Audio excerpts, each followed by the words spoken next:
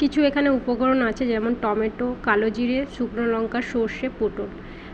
হলুদটা দিয়ে পটলটাকে মাখিয়ে নিলাম ফার্স্টে। মাখিয়ে নেওয়ার পরে কড়াইতে একটু তেল দিয়ে দিলাম, পটলগুলোকে ভেজে নেব। ওই তেলে এপিট ওপিট করে নিয়ে একটু ঢাকা দিয়ে দিব। ঢাকাটা একটু 5 মিনিট পর খুলে এপিট ওপিট করে দিলাম।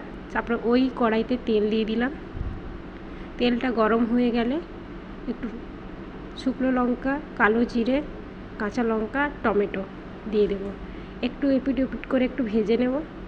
ভাজা হয়ে গেলে ওই ভাজা টমেটোতে পটল ফেলে দেব। পটলটা একটু এপিট ওপিট ভেজে নেব। ভেজে নেওয়ার পরে সর্ষে দিয়ে দিব। সর্ষেটা দেওয়ার পরে একটু ফোটানোর পরে ঢাকা দিয়ে দিব। 5 মিনিট হয়ে গেলে খুলে একটু ফুটিয়ে নেব।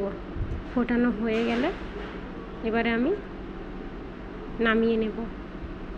ঠিক আছে বন্ধুরা, আপনারা কেমন করেন একটু বলবেন। আমার পটল সর্ষে রেডি।